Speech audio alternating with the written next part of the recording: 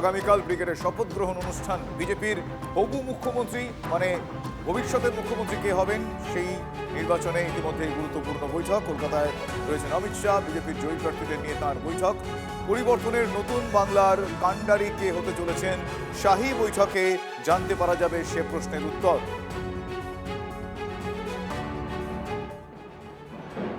বিধানসভায় বিজেপির পরিষদীয় দলনেতা বেছে নেওয়ার কাজে পর্যবেক্ষক রয়েছেন অমিত শাহ। পরিষদীয় দলনেতা বেছে নেওয়া হবে এই বৈঠকে। বিজেপির পরিষদীয় দলনেতা বাছার কাজে সহকারী ওড়িশার মুখ্যমন্ত্রী মোহন চরণ মাঝি। সারা জীবনও লিখে রাখতে পারেন, মানুষের মন থেকে উনি মুছে গেছেন। আমি তো আমার সোশ্যাল মিডিয়ায় রাষ্ট্রপতিও লিখে দিতে পারি।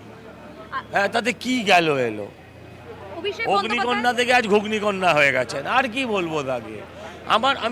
আমি খুব দুঃখ পাচ্ছি এটা ভেবে যে আমি ওনার রিলগুলো, ওনাকে নিয়ে ঘিরে যে রিল হতো সেগুলো আমি মিস করব। অভিষেক বন্দ্যোপাধ্যায়ের বাড়ির সামনে সাধারণ মানুষ তারা ভিড় করবে না, গালি দিচ্ছে। এই মুহূর্তে জিতেন্দ্র বাবু, কেমন লাগছে শাসক বিধায়ক বিজেপি ক্ষমতায়, আপনারা বিধানসভায় যাচ্ছি। পশ্চিমবঙ্গের মানুষের যে আশা আকাঙ্ক্ষা সেটা পূরণ করার চেষ্টা করবো আমরা সবাই মিলে।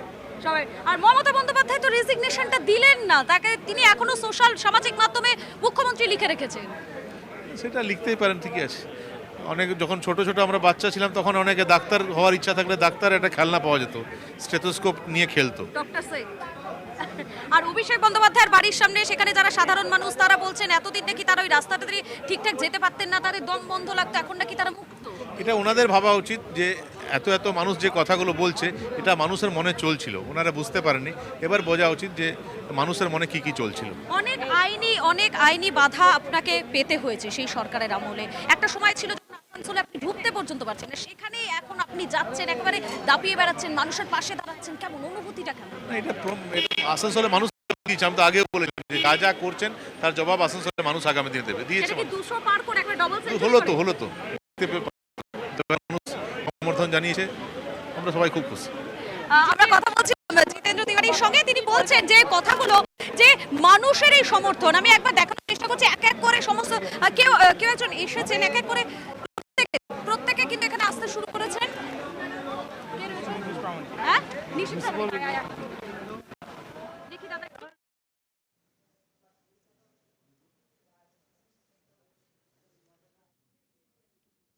बंगाल जो बंगाल में रहते हैं, इस बार घुसपैठियों को पुशबैक किया जाएगा, क्या लग रहा है?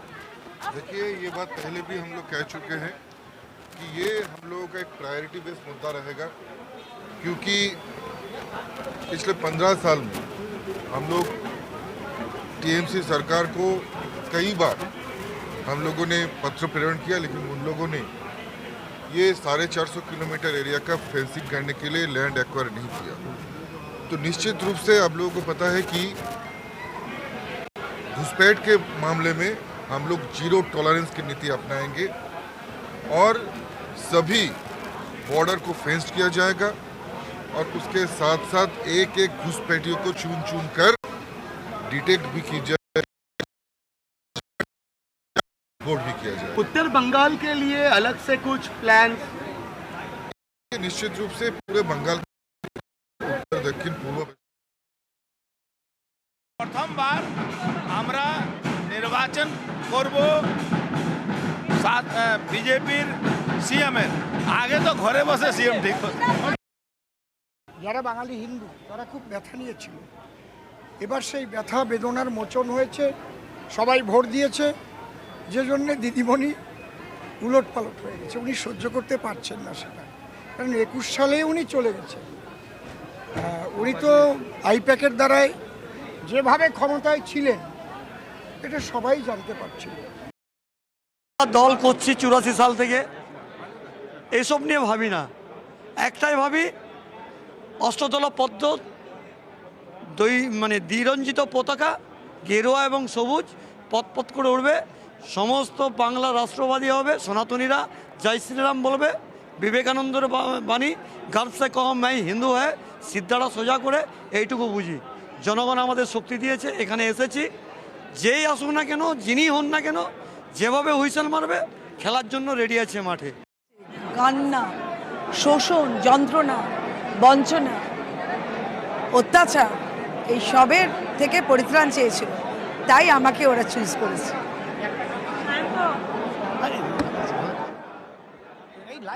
সহকর্মী মধু কল্পিতা এই মুহূর্তে বিশ্ব বাংলা কনভেনশন সেন্টারের বাইরের ছবিটা আপনাদের দেখালেন, যারা প্রবেশ করছেন বিজেপির হেভি ওয়েট নেতারা প্রবেশ করছেন। কিছুক্ষণ পরেই কারা কারা মন্ত্রী হবেন জানতে পারা যাবে।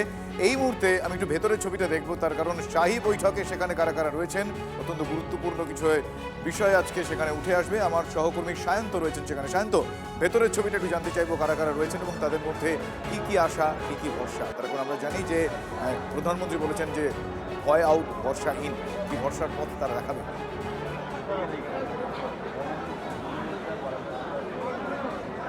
একদমই, দেখো তোমাকে আমি বাইরের ছবি আমার ক্যামেরা পার্সন রজতকে বলবো একবার দেখানোর জন্য। ইতিমধ্যেই যারা সদ্য নির্বাচিত সেই বিধায়করা যেমন উপস্থিত হয়েছেন, তেমনই গতবার নির্বাচিত হয়েছিলেন, এবারও নির্বাচিত হয়েছেন সেই বিধায়করাও কিন্তু একে একে উপস্থিত হয়েছেন এবং প্রত্যেকের মুখে কিন্তু এখন একটাই কথা যে কেন্দ্রীয় স্বরাষ্ট্রমন্ত্রী অমিত শাহ যা নির্দেশ দেবেন সেই অনুযায়ী রাজ্যে উন্নয়নের কাজ চলবে। তুমি দেখতে পাচ্ছ ইতিমধ্যে সুনীল বানসাল, ত্রিপুরার প্রাক্তন মুখ্যমন্ত্রী বিপ্লব দেব প্রত্যেকে কিন্তু ইতিমধ্যে উপস্থিত হচ্ছে। আমি সর্বরী মুখার্জি আছেন যাদবপুরের। সর্বরী, একটা কথা, তুমি দেখতে পাচ্ছ যাদবপুরের যে বিধায়ক সর্বরী মুখার্জি, তারা প্রত্যেকে কিন্তু ইতিমধ্যে উপস্থিত হয়েছেন এবং ইতিমধ্যে যাদের রেজিস্ট্রেশনের কাজ চলছে।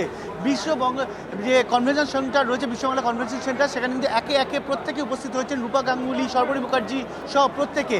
অর্থাৎ এই বৈঠক কতটা গুরুত্বপূর্ণ এবং অমিত শাহ 207 জন নবনির্বাচিত বিধায়কের সঙ্গে দেখা করবেন, তাদের সঙ্গে কথা বলবেন, তাদেরকে মূলত দিক নির্দেশ দেবেন। এই মূলত এই তার বক্তব্য শোনার জন্য এবং আগামী দিন রাজ্য পরিচালনা কিভাবে হবে সেই সব বিষয় নিয়েই এই বৈঠকে আলোচনা হবে। যে কারণে বিজেপির কেন্দ্রীয় নেতৃত্বে যেমন আছে, তেমনই রাজ্যে যারা পর্যবেক্ষক তারা উপস্থিত হয়েছেন। তবে সবথেকে বড় কথা, কেন্দ্রীয় স্বরাষ্ট্রমন্ত্রী নিজে উপস্থিত হয়েছেন। আমি রজতকে আরেকবার ছবিটা দেখাতে বলবো। তুমি দেখতে পাচ্ছ যে প্রত্যেকে এখানে উপস্থিত হয়েছেন এবং তারা মূলত একটা কথা নির্দিষ্ট করে বলছেন যে যেভাবে লড়াই করে তারা এসছেন, প্রতি ক্ষেত্রে বাধা, সেই বাধা অন্তরায়। তুমি দেখতে পাচ্ছ পানিহাটির বিধায়ক অর্থাৎ তিলোত্তমার মা, তিনিও এসেছেন। আমি একবার শুনবো তিনি বলছেন কি। আর বলবেন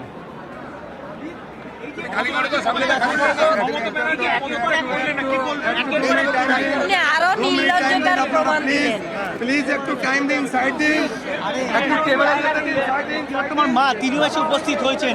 অর্থাৎ প্রত্যেকে কিন্তু এক এক করে উপস্থিত হচ্ছেন এবং কিছুক্ষণের মধ্যেই কেন্দ্রীয় স্বরাষ্ট্রমন্ত্রী অমিত শাহ নিজেও উপস্থিত হবেন এবং রোজগার ভিড়ের ছবিটা দেখাতে বলবো। শুধুমাত্র সংবাদ মাধ্যমের কর্মী তা কিন্তু নয়, প্রচুর বিজেপি কর্মী সম্বন্ধে যারা রাজ্য নেতৃত্ব তারাও কিন্তু উপস্থিত রয়েছেন এবং তারা কিন্তু এই এত বছরের স্বপ্ন তাদের পূরণ হয়েছে, যে কারণে তাদের এই উপস্থিতি, তারা প্রত্যেকে উপস্থিত হয়েছেন। পাশাপাশি রাজ্য নেতৃত্ব তারা কিন্তু পৃথকভাবে বৈঠক করবেন এই বিধায়কদের সঙ্গে, সেটা একটু পরেই হবে।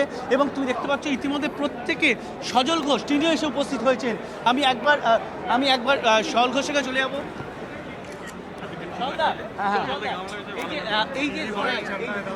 এই লড়াইয়ে এতদিন পর স্বপ্ন পূরণ, কাউন্সিলর ছিল, এখন এই লড়াইয়ে জয়, কি বলবে? ভালো লাগছে। এই লড়াই জনতা জিতেছে, আমি নয়। জনতা জিতেছে, আমি শুধু মুখ, আমি শুধু ফ্রন্ট ফেস ছিলাম। লড়েছে জনতা, জিতেছে জনতা, আমার কোনো কৃতিত্ব নেই। বর্ণনা করেছে নিজেকে সর্বাধিনায়িকা মনে করতেন, তাকে হারিয়েছে। মনে করলে তো হয় না, নিজেকে যে বড় বলে বড় সে নয়, লোকে যাকে বড় বলে বড় সেই হয়। সেক্ষেত্রে সজল ঘোষ কি নক্ষত্র পতন ঘটিয়েছে? সজল ঘোষ কি নক্ষত্র পতন ঘটিয়েছে? নক্ষত্র বলে আমি কাউকে মানি না, গামলা উল্টেছে এটা বলতে পারি। দেখ, তুমি শুনতে পেলে যে সজল ঘোষ কিন্তু রীতিমতো মানে কটাক্ষ করলেন পরাজিত যে প্রার্থী তৃণমূলের সায়ন্তিকাকে। অর্থাৎ সব মিলিয়ে প্রত্যেকে যথেষ্ট আত্মবিশ্বাসী এবং উজ্জীবিত, একই সঙ্গে উচ্ছ্বসিত। শুভজিৎ, ধন্যবাদ সায়ন্ত। সেই ছবি আমরা দেখাচ্ছিলাম। এই মুহূর্তে বিশ্ব বাংলা কনভেনশন সেন্টারের ভেতরে যে বৈঠক, আর কিছুক্ষণের মধ্যেই সে বৈঠক হতে চলেছে। নবনির্বাচিত বিধায়করা তারা ইতিমধ্যেই সেখানে উপস্থিত হয়েছেন। জননেতা বাঁচতে এই বৈঠক, সে বৈঠকে ঘোষণা হতে পারে হবু মুখ্যমন্ত্রীর নাম। অত্যন্ত গুরুত্বপূর্ণ এই বৈঠক।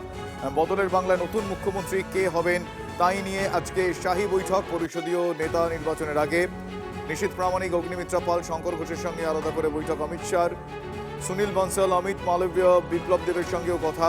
এই মুহূর্তে আরও একটা আপডেট আপনাদের জানিয়ে রাখি, আগামীকাল ব্রিগেড প্যারেড গ্রাউন্ডে বিজেপির নতুন সরকারের শপথ গ্রহণ অনুষ্ঠান। কিন্তু সেই শপথ গ্রহণ অনুষ্ঠানে মন্ত্রী কারা হচ্ছেন, মুখ্যমন্ত্রী কে হচ্ছেন, কারা কারা কোন বিভাগের দায়িত্বপ্রাপ্ত মন্ত্রী হচ্ছেন, সেই যাবতীয় বিষয়গুলো আজকেই তার উত্তর মিলবে।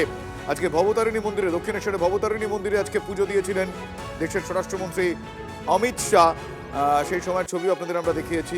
আজকে পুজোর পর আজকে যে মিটিং, যে শাহী বৈঠক বিশ্ববাংলা কনভেনশন সেন্টারে, সে বৈঠকের আজকে মূল আলোচ্য বিষয় বাংলার নতুন সরকারের গুরুত্বপূর্ণ মন্ত্রী কারা হতে চলেছেন, মুখ্যমন্ত্রী কে হবেন, বাংলার কাণ্ডারি কে হতে চলেছেন, এই যাবতীয় প্রশ্নের উত্তর মিলবে।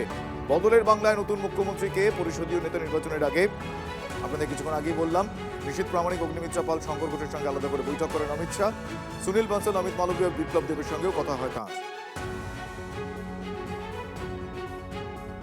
উন্নয়নের প্রত্যাশা, সেই প্রত্যাশা পূরণ করবার দায়বদ্ধতা এখন আমাদের ওপর।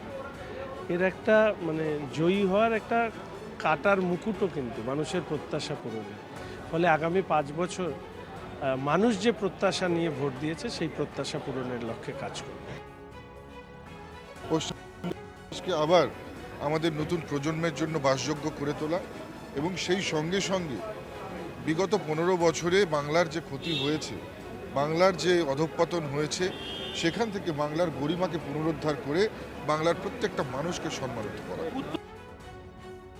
মানুষ ভাবনা চিন্তা করে নিয়েছিল, আর সব বর্গেরই মানুষ, সে আদিবাসী সমাজের হোক, এসসি সমাজের হোক, আপনার ওবিসি সমাজের হোক, জেনারেল হোক, সবাই ভাবনা চিন্তা করেছিল পরিবর্তন আসার দরকার আছে। যেভাবে টর্চার, যেভাবে নারী নির্যাতন, যেভাবে লুট পশ্চিমবাংলায় হয়েছে, আর যেভাবে মোদিজি সুশাসন দেখেছে দেশের মধ্যে, তাতে মানুষ ঠিক করে নিয়েছে কি মোদিজির সরকার হওয়া দরকার আছে। আর সেই জন্যই সবাই দুহাত তুলে আশীর্বাদ করেছে মোদিজিকে।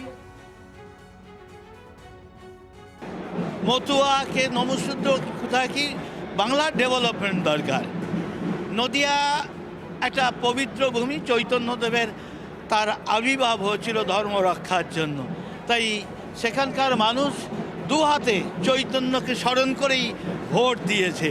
আমি মনে করি কে মতুয়া কে নন মতুয়া এরকম বিভাজন করে সমাজকে দুর্বল করার কিছু নয়।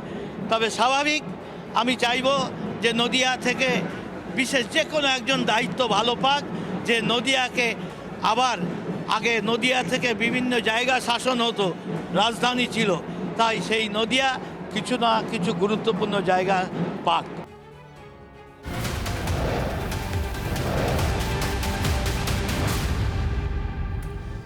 আগামীকালে শপথ গ্রহণ, বিজেপির নতুন সরকারের মুখ্যমন্ত্রী পদ এবং অন্যান্য মন্ত্রিত্ব পদেও শপথ গ্রহণ হবে, এবং তার আগে জল্পনা যে মুখ্যমন্ত্রী হওয়ার দৌড়ে কে এগিয়ে রয়েছেন কিংবা অন্যান্য যে সমস্ত মন্ত্রিত্ব রয়েছে সেই পদগুলো কারা পেতে চলেছেন আমরা ডিটেলসে জানবো। অ্যাসিস্ট্যান্ট এডিটর তন্ময় প্রামাণিক আমার সঙ্গে রয়েছে। তন্ময়, নতুন সরকার গঠনের পরে সবার আগে যে জল্পনা তুঙ্গে, সেটা হচ্ছে মুখ্যমন্ত্রিত্বের দৌড়ে কারা কারা এগিয়ে রয়েছেন। সেক্ষেত্রে শুভেন্দু অধিকারীর নামই সবার আগে চলে আসছে। এর পাশাপাশি মন্ত্রিত্ব, বিভিন্ন সেখানে দফতর রয়েছে, সেই দফতরে কারা কারা সেই দায়িত্বভার পেতে পারেন, এখনো পর্যন্ত সম্ভাব্য কি নাম উঠে আসছে? দেখো, একাধিক সম্ভাবনা উঠে আসছে এখনো পর্যন্ত। যেটা জল্পনার মধ্যে রয়েছে মুখ্যমন্ত্রী হিসেবে, সেটা একাধিক কারণ রয়েছে তার। যারা নবনির্বাচিত জনপ্রতিনিধি, সেখানে শুভেন্দু অধিকারীর নামটাই মূলত উঠে আসছে। পাশাপাশি গুরুত্বপূর্ণ দায়িত্ব, সেখানে দিলীপ ঘোষ, স্বপন দাশগুপ্ত, শঙ্কর ঘোষ, নিশীথ প্রামাণিক, নীলাদ্রি শেখর দানা, জিতেন তিওয়ারি, রূপা গাঙ্গুলি, এরকম একাধিক নাম উঠে আসছে, যেগুলোকে আমরা সামনে দেখতে অভ্যস্ত। এর বাইরেও কিন্তু বেশ কিছু নাম রয়েছে। দিবাকর ঘরামি, বাঁকুড়ার এক বলা চলে যে প্রথম থেকেই যিনি বিজেপির সঙ্গে যুক্ত হয়েছেন, যখন বিজেপির কোনো অস্তিত্ব ছিল না। নীলাদ্রি শেখর দানার পাশাপাশি সেই দিবাকর ঘরামির নাম উঠে আসছে। কলিতা মাঝি, বর্ধমানের গুসকরা হাউসগ্রামে যিনি বিজেপির বিধায়ক হয়েছেন, মানে বিধায়ক বলবো না, এখনো জনপ্রতিনিধি নির্বাচিত হয়েছেন, এরপর তিনি শপথ নেবেন। সেই জায়গায় দাঁড়িয়ে কলিতা মাঝি, এটাও একটা চমক থাকতে পারে বিজেপির, যে লোকের বাড়ি বাসন মাজেন, ঘর মোছেন, এরকম প্রত্যন্ত প্রান্তিক শ্রেণী থেকেও মানুষকে যে বিধানসভায় এনে মন্ত্রিসভায় ঠাঁই দেওয়া যায়, মানে অনেকটা দ্রৌপদী মুর্মু যেমন একদম প্রান্তিক অংশকে প্রতিনিধিত্ব করতেন, তিনি সেখান থেকে রাষ্ট্রপতির আসনে এসে বসেছিলেন। পাশাপাশি এর আগেও বামফ্রন্ট আমলে আমরা দেখেছিলাম বিলাসীবালা সহিস মাঠে কাজ করতেন, তাকে নিয়ে আসা হয়েছিল মন্ত্রিসভাতে। অর্থাৎ সেরকম একটা চমক কিন্তু থাকার সম্ভাবনা রয়েছে। পাশাপাশি বীরভূমের দুধকুমার ঘোষ, তার নামও উঠে আসছে। অর্থাৎ পুরনো যে লড়াকু নেতারা রয়েছে, যারা দীর্ঘদিন ধরে মাটি কামড়ে পড়ে থেকে লড়াই করছেন, মুর্শিদাবাদ থেকে দুজনের নাম উঠে আসছে, তার মধ্যে একজন সুব্রত মৈত্র, উৎপল মহারাজের নাম উঠে আসছে। এইরকম একাধিক নাম জেলাগুলো থেকে উঠে আসছে মন্ত্রিসভা তালিকাতে। এবং পাশাপাশি এখানে রুদ্রনীল ঘোষ, তারও নাম থাকার কথা। ঝাড়গ্রামের ডাক্তার প্রণত টুডু, তার নাম রয়েছে এই জল্পনার মধ্যে। ফলে সব মিলিয়ে যখনই মন্ত্রিসভার তালিকা প্রকাশিত হবে, তখন কিন্তু আমরা নিশ্চিত হতে পারবো কারা কারা অ্যাকচুয়াল মন্ত্রিসভায় ঠাঁই পেলেন। এখনো পর্যন্ত রাজনৈতিক নেতা, বিজেপি নানান নেতা, জনপ্রতিনিধি যারা নির্বাচিত হয়েছেন সব রকম সব দলের, তাদের জল্পনায় যে নামগুলো উঠে আসছে, সেই নামের তালিকা কিন্তু এই ধরনেরই।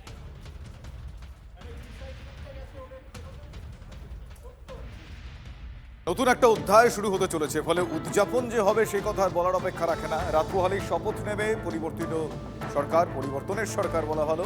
উৎসবে মিষ্টিমুখ করাতে বাঁকুড়ায় তৈরি হয়েছে হাজার হাজার লাড্ডু, সেই ছবি দেখছেন আপনারা।